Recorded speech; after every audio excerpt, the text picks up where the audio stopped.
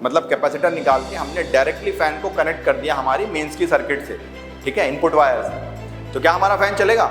नहीं चलेगा। क्यों नहीं चलेगा? क्या उसको सप्लाई नहीं जा रही? नहीं, सप्लाई तो जा रही है। फिर कैपेसिटर सर्किट में ऐसा क्या करता है? एनर्जी स्टोरेज डिवाइस है, मुझे एनर्जी स्टोरेज की जरूरत क्या है? एनर्जी तो मैं डायरेक्टली दे रहा हूं लाइव वायर से। कैपेसिटर एक तरीके से ब्रेन ऑफ सर्किट होता है।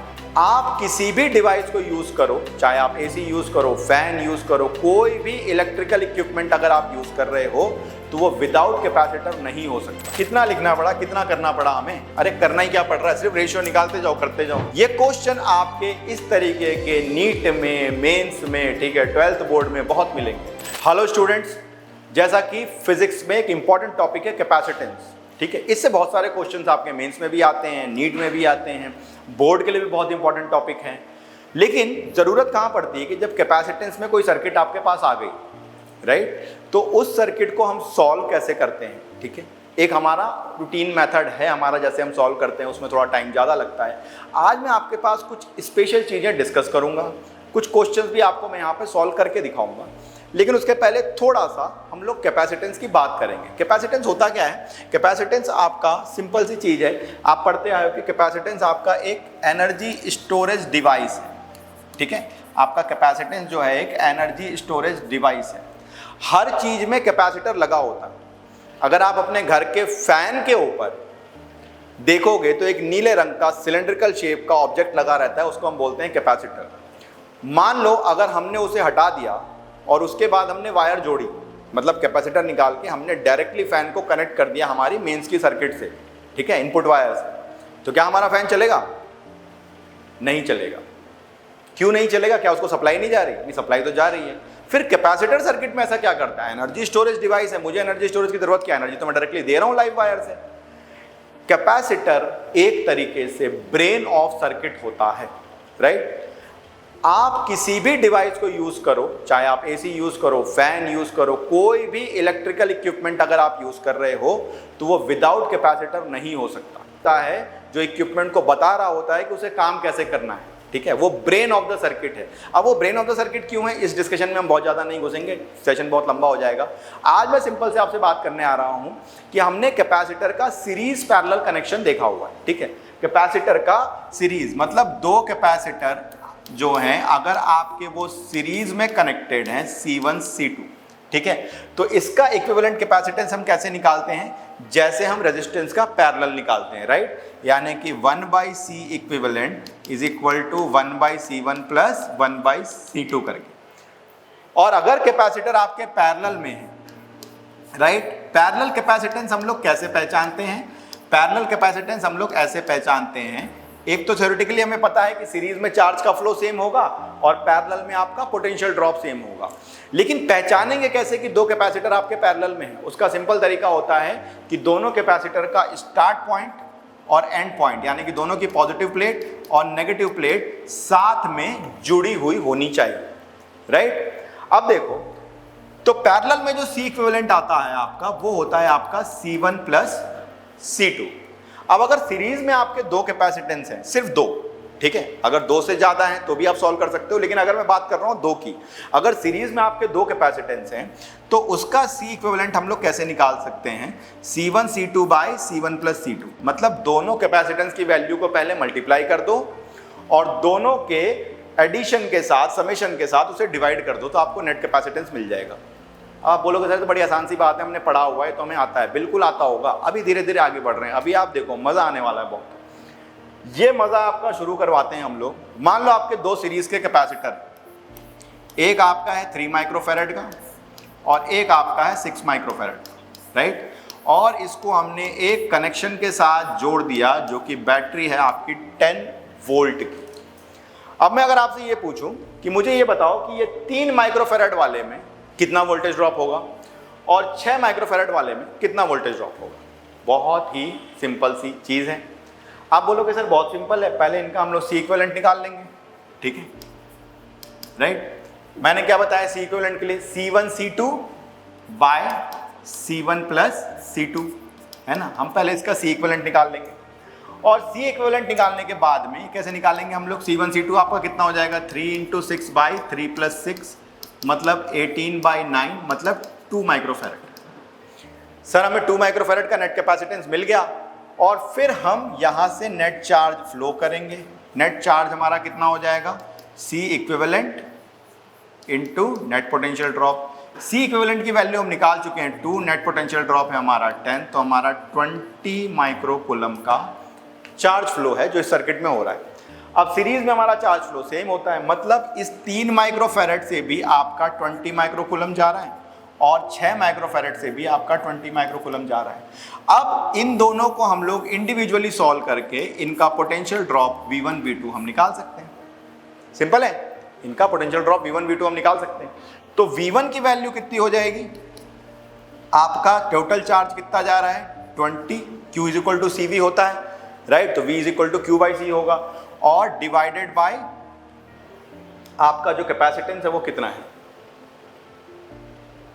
राइट। आप समझो इस चीज को, आपने यहाँ पे 10 वोल्ट को आपको डिवाइड करना था, ठीक है, तो आपने यहाँ पे सबसे पहले चार्ज निकाल लिया, ठीक है, Q is equal to CV हो गया आपका। C की वैल्यू आपने निकाली 2 माइक्रोफैरड, वोल्टेज आपका 10 वोल्ट का, 20 माइक्रोकूलम का चार्ज जा रहा है। अब 20 माइक्रोकूलम भैया इस 3 से भी जा रहा है और 20 माइक्रोकूलम आपका 6 से भी जा रहा है, राइट। तो 20 माइक्रोकूलम को अगर आप डिवाइड करोगे तो क्या हो गया, 20 माइक्रोकूलम डिवाइडेड बाई 3 वोल्ट और V2 की वैल्यू कितनी हो जाएगी, Q बाई C2 20 बाई 6 यानी कि 10 बाई 3, राइट। सिंपल सी चीज है। अब आपने यहाँ पे ये देखा कि हम लोग नॉर्मल कैलकुलेशन कैसे कर रहे हैं, लेकिन आज मैं आपको एक ऐसी चीज सिखाने आया हूं जिसमें आपको बहुत ज्यादा मजा आने वाला है। तो अब हम शुरू करते हैं मजा। आप यहाँ पे देख लो टाइम आपको कितना लग रहा है, ठीक है, आप यहाँ पे पहले ये देखो कि आपको यहाँ तक पहुँचने में टाइम कितना लगा। अब हम लोग बात करते हैं, मान लो अगर ये सेम चीज़ है, सेम कॉन्सेप्ट, सेम क्वेश्चन, ठीक है, 6 माइक्रोफैरड है और आपको 10 वोल्ट को डिवाइड करना है दोनों में। क्वेश्चन सिंपल है कि 3 माइक्रोफैरड पे कितना वोल्टेज ड्रॉप होगा और 6 माइक्रोफैरड पे कितना वोल्टेज ड्रॉप होगा। हम इसे बोलते हैं रेशियो मेथड। क्या बोलते हैं इसे हम, रेशियो मेथड, ठीक है। रेशियो मेथड में हमें क्या करना है कि आप कैपेसिटेंस का रेशियो निकाल लो 3:6 यानी कि 1:2। तो जो वोल्टेज होगा वो 1/3 और 2/3 में डिवाइड होगा।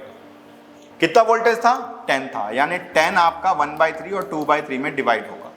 10/3 और 20/3 आपका वोल्ट हो गया। अब हमारा कॉन्सेप्ट ये होता है कम पे ज्यादा, ज्यादा पे कम, यानी कि जो ज्यादा माइक्रोफैरड का कैपेसिटर है उसका पोटेंशियल ड्रॉप कम होगा, 10/3 होगा, और जो कम माइक्रोफैरड का कैपेसिटर है उसका पोटेंशियल ड्रॉप ज्यादा होगा, यानी कि 20/3 होगा। बिल्कुल सिंपल शॉर्टकट, समझ में आया रेशियो मेथड। हम कैपेसिटेंस का रेशियो निकालेंगे और उसी रेशियो में वोल्टेज को डिवाइड कर देंगे, किसमें, सीरीज कॉम्बिनेशन में। अब आप देखो, इसको हम लोग कुछ क्वेश्चंस के साथ में करते हैं, ठीक है।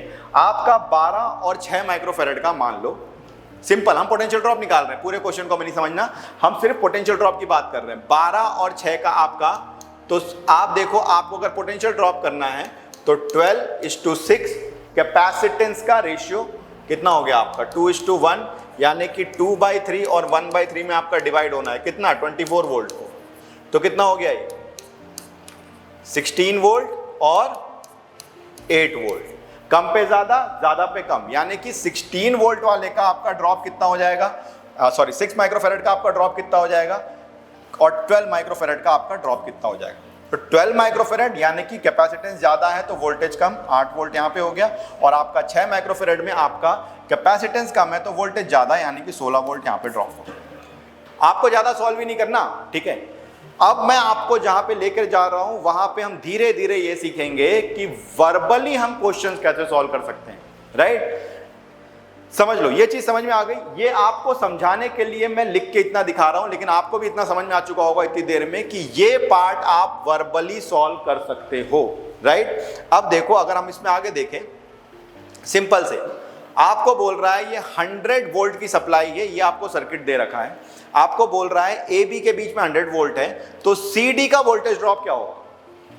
मुझे सिर्फ आंसर लिखना है, मुझे इसे सॉल्व नहीं करना, मुझे पेन चलाना ही नहीं है, ठीक है। जब मैं अपनी क्लास कराता हूं फिजिक्स की तो उसमें बहुत सारे सेशन होते हैं जिसको हम लोग बोलते हैं विदाउट पेन सेशन, उसमें पेन यूज नहीं करना आपको। हम क्वेश्चन देते हैं और बच्चा उसे वर्बली सॉल्व कर रहा होता है हर टॉपिक में, ऐसे बहुत से क्वेश्चन होते हैं जो मैं बार बार बोलता हूँ। टाइम सेविंग कहाँ करोगे भाई साहब जेई में, अगर ये सब सीखोगे नहीं तो। आप देखो 100 वोल्ट का ड्रॉप है, ये 6 हो गया, ये आपके तीनों 6 सीरीज में है। अब ये 100 वोल्ट, ये जब तीनों 6 को आप सीरीज में कंबाइन करोगे, 3 6 का कॉम्बिनेशन क्या हो जाएगा, 2 है ना। 3 6 का सीरीज कॉम्बिनेशन कितना हो जाएगा, 2 माइक्रोफैरड। अब तो इसके बाद जो इन तीनों का सीरीज कॉम्बिनेशन है वो इस वाले 6 के साथ पैरेलल में आ जाएगा, और पैरेलल में वोल्टेज ड्रॉप सेम होता है, मतलब इस 6 पे 100 वोल्ट का ड्रॉप है और इन तीनों पे भी 100 वोल्ट का ड्रॉप होगा, और सीरीज में वोल्टेज डिवाइड होता है, तीनों का कैपेसिटेंस इक्वल है तो इक्वली डिवाइड होगा, मतलब इसका कैपेसिटेंस कितना हो जाएगा 100/3 वोल्ट। अरे 100 को 3 इक्वल हिस्सों में डिवाइड करना है तो 3 से डिवाइड करना है, तो VCD कितना आ गया 100/3 वोल्ट। लॉजिक कॉन्सेप्ट पे चलना है हमें और क्वेश्चंस को सॉल्व करना है, ठीक है।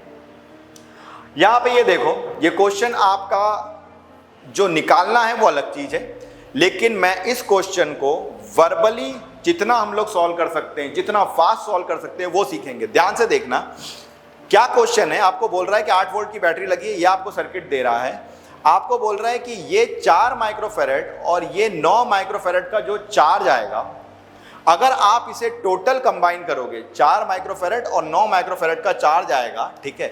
यानी कि हम लिख रहे हैं कि ये 4 माइक्रोफैरड वाला चार्ज हो गया और 9 माइक्रोफैरड वाला चार्ज हो गया। इसको कंबाइन करके जो टोटल चार्ज आएगा, उसको अगर आप उस चार्ज को अगर आप पॉइंट चार्ज की तरह ले लो, उससे 30 मीटर की दूरी पे इलेक्ट्रिक फील्ड कितनी होगी, ठीक है।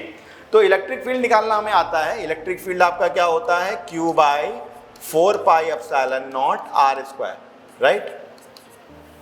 लेकिन यहां पे हम इलेक्ट्रिक फील्ड पे फोकस नहीं है, हम फोकस्ड हैं कि ये 2 कैपेसिटर का हमें चार्ज निकालना है। अब देखो आप कमाल, ये 9 और ये 3 ये पैरेलल कॉम्बिनेशन है, मतलब मेरे पास में ये 4 माइक्रोफैरड हुआ और उसके साथ सीरीज में 12 माइक्रोफैरड आ गया। ये 9 और 3 पैरेलल में है तो 9 + 3 12 हो गया, मतलब 1:3 का कैपेसिटेंस का रेशियो हो गया।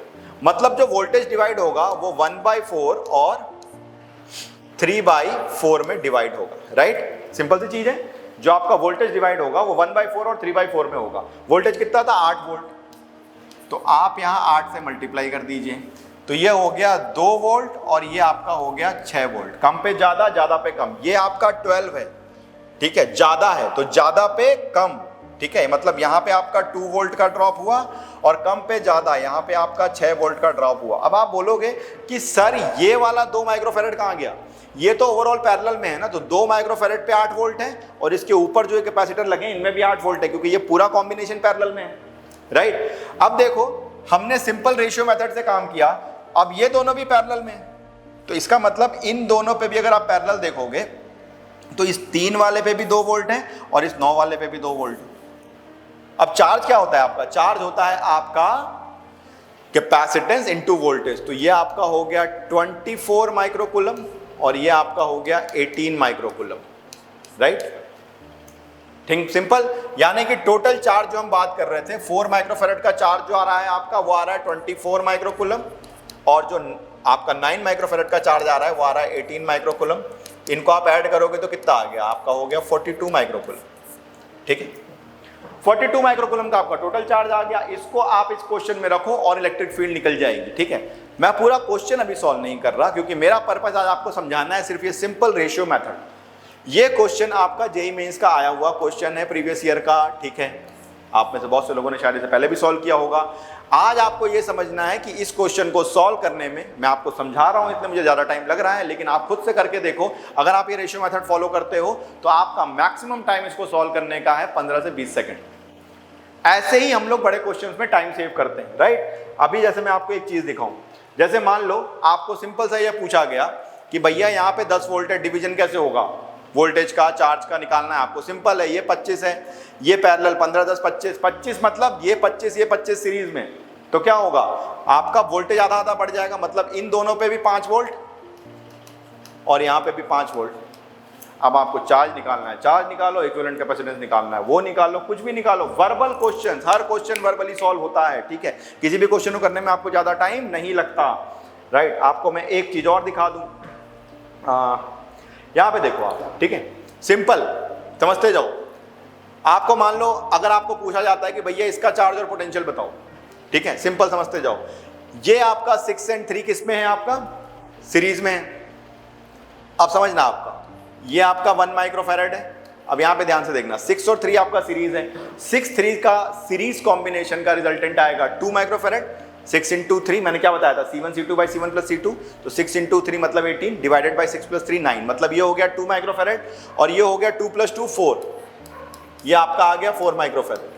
तो इसका मतलब जो वोल्टेज डिवाइड होगा वो किस में डिवाइड होगा, 1:4 में, यानी कि 1/5 और 4/5 किसका, 100 का। तो ये आपका आ गया 20 वोल्ट और ये आपका कितना आ गया, 80 वोल्ट। अब ये 4 है, कम पे ज्यादा, ज्यादा पे कम, ठीक है, तो ज्यादा पे आपका 20 वोल्ट और ये आपका कितना आ गया यहाँ पे 80 वोल्ट, ठीक है। मतलब इस 1 माइक्रोफैरेड पे आपका 80 वोल्ट हो गया और यहाँ पे आपका 20। अब 20 वोल्ट को अगर आप डिवाइड करोगे, ज्यादा पे कम ले रहे हैं हम लोग, यानी कि 4 माइक्रोफैरेड के बाद 20 हो गया, तो इन दोनों पे मिला के 20 हो गया, यहां से यहां तक टोटल 20 हो गया और इसका इंडिविजुअली 20 हो गया। अब इस 20 को अगेन 3:6 में ब्रेक कर दो, मतलब 1:2, मतलब 1/3 और 2/3। किसका 1/3, किसका 2/3, आपका 20 वोल्ट का, ठीक है। तो ये हो गया 20/3 और 40/3, कम पे ज्यादा, ज्यादा पे कम, ज्यादा पे कम, मतलब इसका हो गया 20/3 वोल्ट, ठीक है। कितना लिखना पड़ा, कितना करना पड़ा हमें, अरे करना ही क्या पड़ रहा है, सिर्फ रेशियो निकालते जाओ, करते जाओ।